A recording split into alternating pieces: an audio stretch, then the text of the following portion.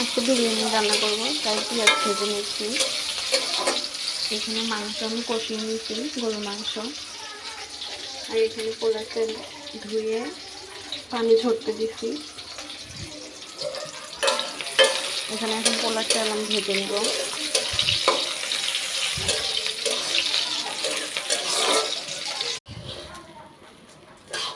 পোলার চাউল ভেজে নেওয়া শেষ।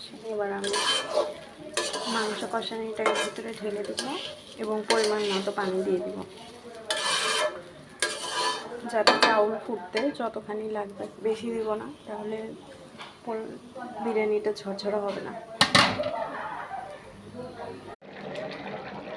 আমার বিরিয়ানি সব ঝোল দেওয়া কমপ্লিট। এখন এটা শুধু হওয়ার পালা। আর একটু পরে ঝোল নেমে গেলে আমি ঢাকনা দিয়ে ঢেকে দিব।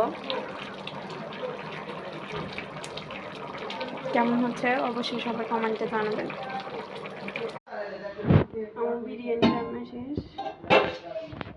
আমার বিরিয়ানির ফাইনাল লুক ঝরঝরা হয়েছে।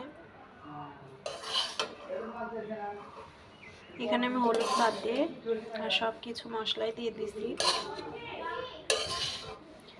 স্মেলটা অসাধারণ বের হচ্ছে, সুন্দর সিদ্ধ হয়েছে সব কিছু।